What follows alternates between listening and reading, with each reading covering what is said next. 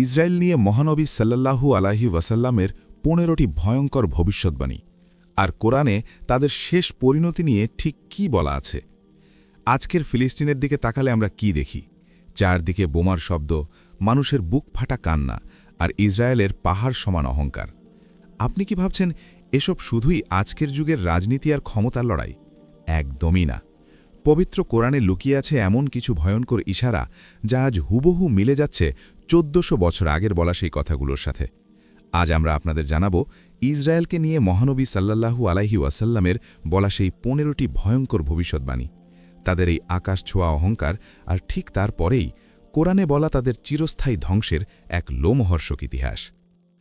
পবিত্র কোরআনের ১৭ নম্বর সূরা, যার নাম সূরা বনী ইসরাইল বা সূরা আল ইসরা। এই সূরার পাতাগুলো উল্টালে আমরা অবাক করা কিছু ভবিষ্যদ্বাণী দেখতে পাই।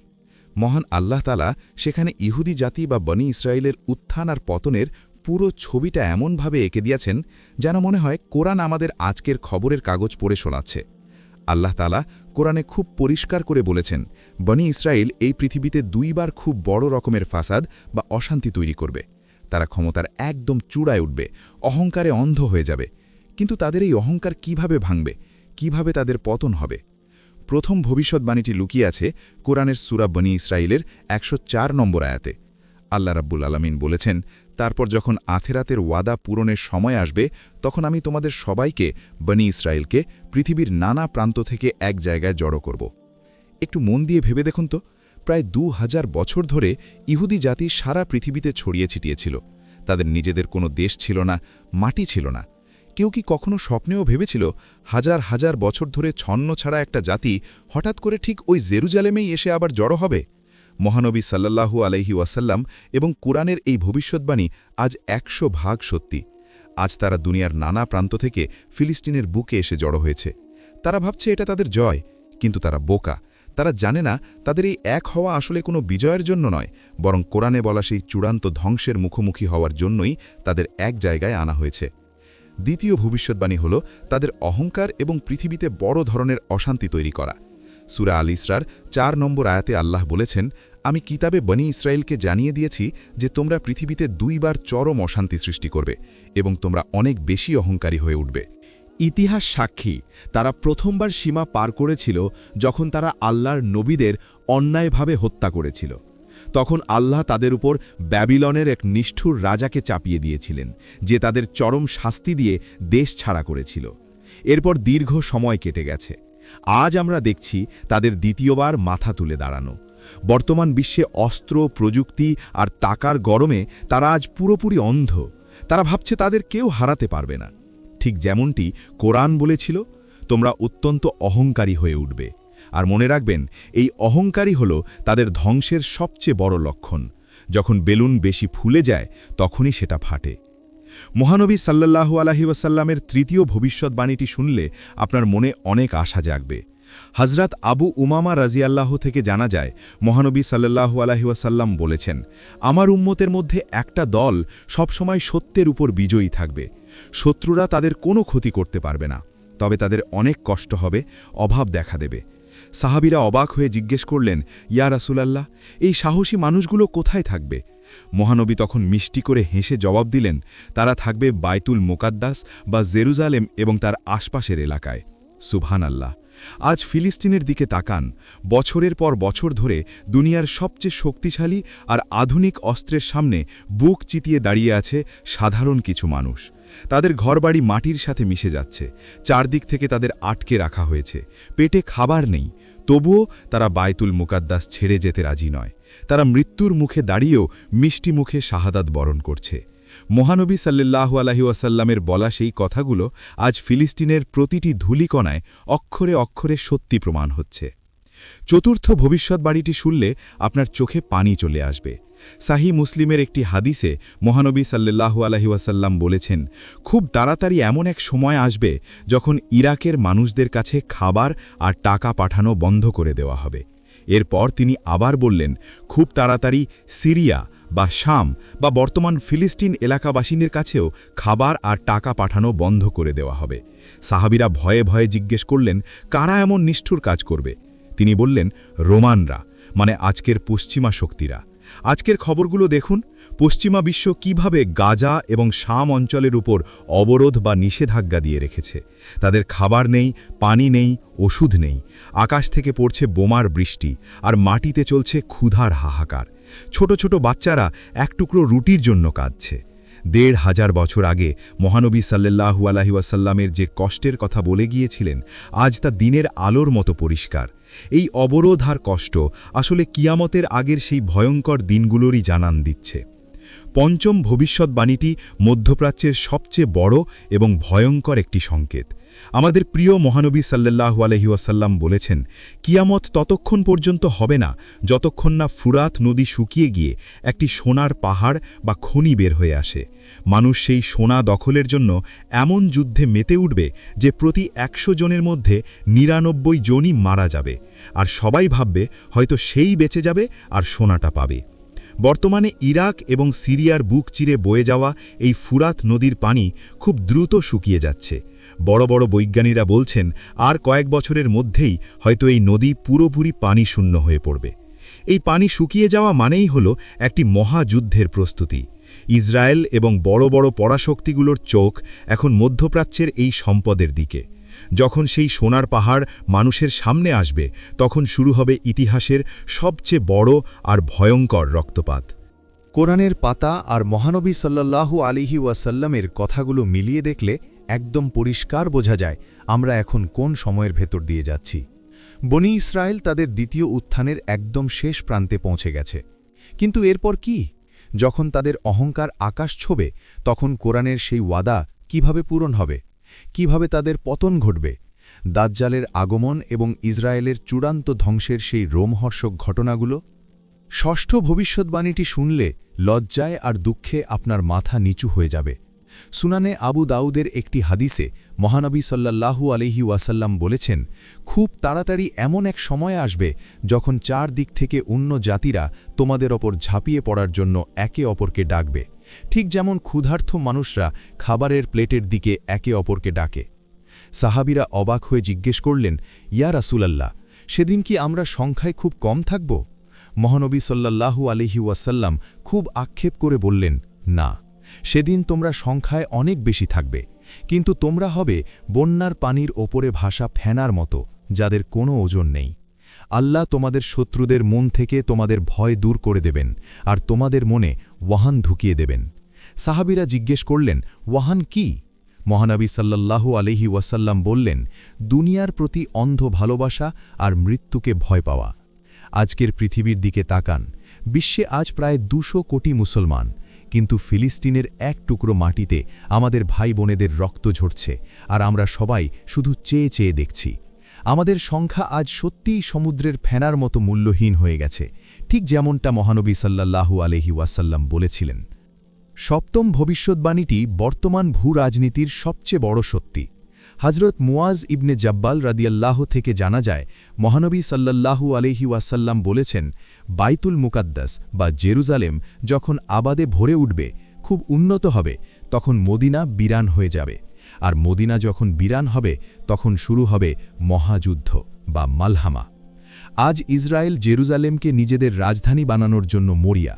তারা সেখানে বড় বড় স্থাপনা বানাচ্ছে, আর তাদের সবচেয়ে বড় লক্ষ্য হল মসজিদে আকসা ভেঙে সেখানে তাদের স্বপ্নের থার্ড টেম্পল বা তৃতীয় মন্দির বানানো। এই যে জেরুজালেম আজ এত উন্নত হচ্ছে, এর মানেই হল আমরা সেই মালহামা বা ইতিহাসের সবচেয়ে ভয়ঙ্কর মহাযুদ্ধের একদম দোরগোড়ায় দাঁড়িয়ে আছি। অষ্টম ভবিষ্যৎবাণীটি আমাদের চোখের সামনে ঘটা এক নির্মম বাস্তবতা। মহানবী সাল্লাল্লাহু আলাইহি ওয়াসাল্লাম বলেছিলেন যে আমার উম্মতের ওই দলটি যারা জেরুজালেমে সত্যের ওপর লড়াই করবে, আপন মানুষরাই তাদের ধোঁকা দেবে। যারা তাদের সাহায্য করার কথা ছিল, তারা তাদের একা ফেলে চলে যাবে। কিন্তু মহানবী সাল্লাল্লাহু আলাইহি ওয়াসাল্লাম এও বলে দিয়েছেন যে যারা তাদের সঙ্গ ছেড়ে দেবে, তারা ওই সাহসী দলটির কোনো ক্ষতি করতে পারবে না।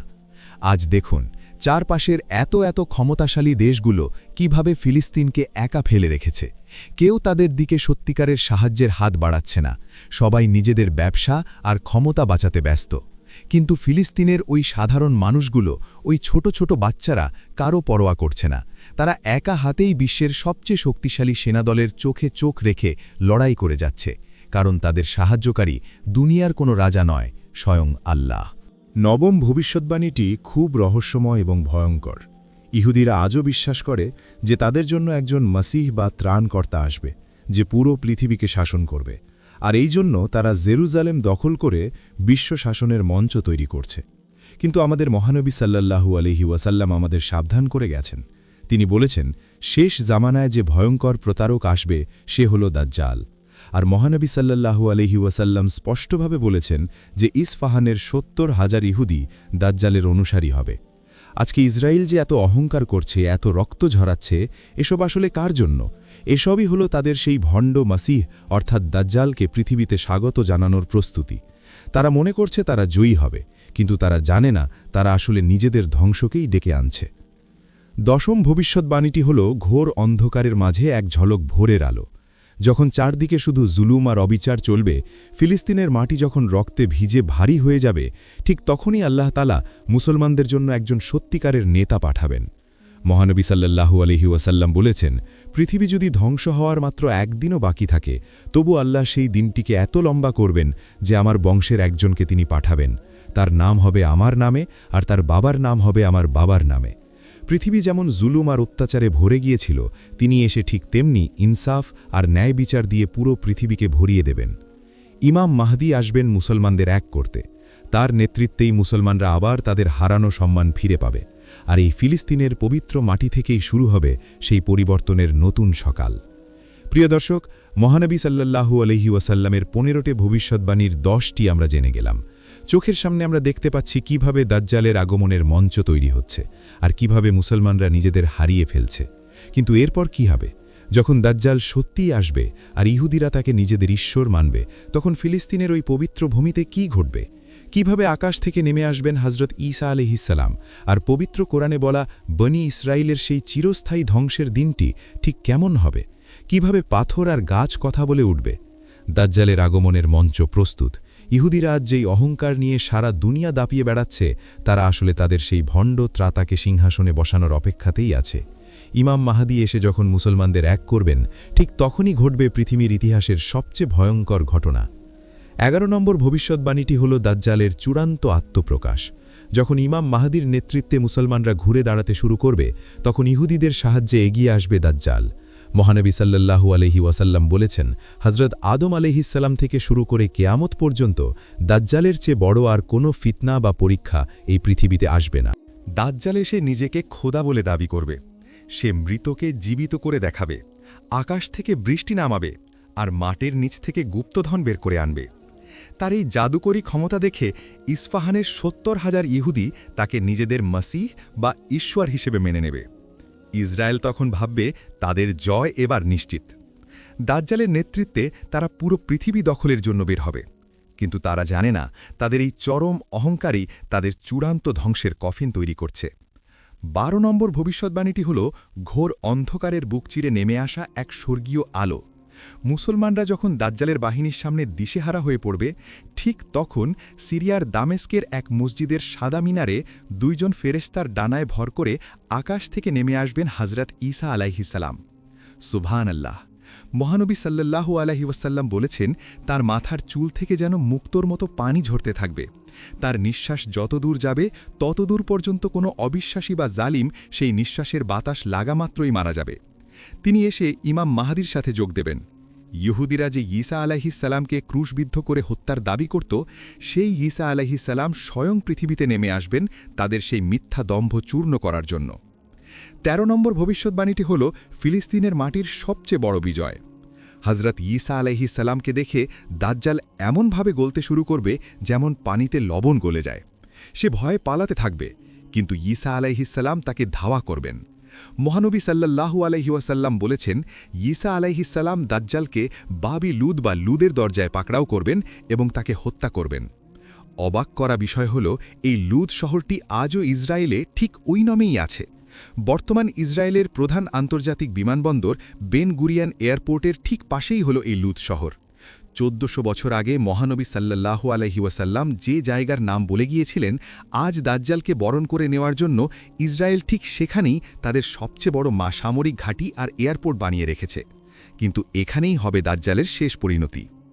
14 নম্বর ভবিষ্যৎবাণীটি শুনলে আপনার গায়ের লোম খালা হয়ে যাবে। দাজ্জাল মারা যাওয়ার পর তার অনুসারী ইহুদিরা ভয়ে পালাতে থাকবে। তারা পাহাড়, পাথর আর গাছের পেছনে লুকিয়ে পড়বে। মহানবী সাল্লাল্লাহু আলাইহি ওয়াসাল্লাম বলেছেন, ততদিন পর্যন্ত কেয়ামত হবে না যতদিন না মুসলমানরা ইহুদিদের সাথে যুদ্ধ করবে। মুসলমানরা তাদের হত্যা করবে। তারা যখন পাথর আর গাছের পেছনে লুকাবে তখন আল্লাহ পাথর আর গাছের জবান খুলে দেবেন। পাথর আর গাছ কথা বলে উঠবে আর বলবে, হে মুসলিম, হে আল্লাহর বান্দা, আমার পেছনে একজন ইহুদি লুকিয়ে আছে, আসো এবং তাকে হত্যা করো। তবে একটিমাত্র গাছ এই কথা বলবে না। মহানবী সাল্লাল্লাহু আলাইহি ওয়াসাল্লাম বলেছেন, সেই গাছের নাম হল গারকাদ গাছ, কারণ এটি ইহুদিদের গাছ। প্রিয় দর্শক, জানলে অবাক হবেন, আজকে ইসরায়েল সরকার ফিলিস্তিনের বুক জুড়ে লাখ লাখ এই গারকাদ গাছ লাগাচ্ছে। তারা হয়তো প্রকাশ্যে মানে না, কিন্তু ভেতরে ভেতরে তারা ঠিকই মহানবী সাল্লাল্লাহু আলাইহি ওয়াসাল্লামের ভবিষ্যৎবাণী বিশ্বাস করে। তারা বাঁচার জন্য সেই গাছই লাগাচ্ছে যা তাদের শেষ দিনে আশ্রয় দেবে, কিন্তু আল্লাহর ফায়সালা থেকে তাদের কেউ বাঁচাতে পারবে না। 15 নম্বর এবং শেষ ভবিষ্যৎবাণীটি হল আল্লাহ তাআলার সেই অমোঘ ওয়াদা যা সূরা বনী ইসরাইলের 7 নম্বর আয়াতে বলা আছে। আল্লাহ বলেছেন, তারপর যখন দ্বিতীয় এবং চূড়ান্ত ওয়াদার সময় আসবে, তখন আমি আমার এমন বান্দাদের পাঠাবো যারা তোমাদের মুখমণ্ডল কালিমা লিপ্ত করে দেবে, অপমানিত করবে, আর তারা মসজিদে বা আকসায় ঠিক সেভাবেই প্রবেশ করবে যেভাবে তারা প্রথমবার প্রবেশ করেছিল, আর তারা যা কিছুর ওপর জয়ী হবে তা পুরোপুরি ধ্বংস করে দেবে। এই আয়াতটি হল বনী ইসরায়েলের অহংকারের কফিনের শেষ পেরেক। তাদের এই আকাশচুম্বী দালান কোঠা, এই লোহার গম্বুজ, এই সামরিক অহংকার সব কিছু সেদিন মাটির সাথে মিশে যাবে। ফিলিস্তিনের মাটি চিরতরে মুক্ত হবে। সারা পৃথিবীতে ইসলামের ইনসাফ কায়েম হবে। আর এটাই হল কোরআনের সেই চূড়ান্ত ফয়সালা। প্রিয় দর্শক, আজ যখন আমরা খবরের চ্যানেল খুলি কিংবা মোবাইলের স্ক্রিনে তাকাই, তখন কি দেখি আমরা? ফিলিস্তিনের ওই ছোট্ট ছোট্ট নিষ্পাপ শিশুগুলো, যাদের এই বয়সে মাঠে খেলার কথা ছিল, মায়ের বুকে মাথা রেখে ঘুমানোর কথা ছিল, আজ তাদের ছিন্ন ভিন্ন রক্তমাখা দেহগুলো পড়ে আছে শক্ত কংক্রিটের নিচে। বাবারা আজ নিজের হাতে তাদের কলিজার টুকরা সন্তানদের কাফন পরাচ্ছে। বোমার আওয়াজে ওদের কান্নার শব্দগুলো কোথায় যেন হারিয়ে যাচ্ছে। ওদের কি অপরাধ ছিল? শুধু কি এই অপরাধ যে তারা লা ইলাহা ইল্লাল্লাহ বলেছিল? তারা তাদের নিজেদের মাটি কামড়ে পড়ে থাকতে চেয়েছিল? আমরা হয়তো অনেকেই আজ হতাশ হয়ে পড়ি। আমরা ভাবি, আল্লাহ কি ওদের কান্না শুনছেন না? আল্লাহ কি ওই জালিমদের দেখছেন না?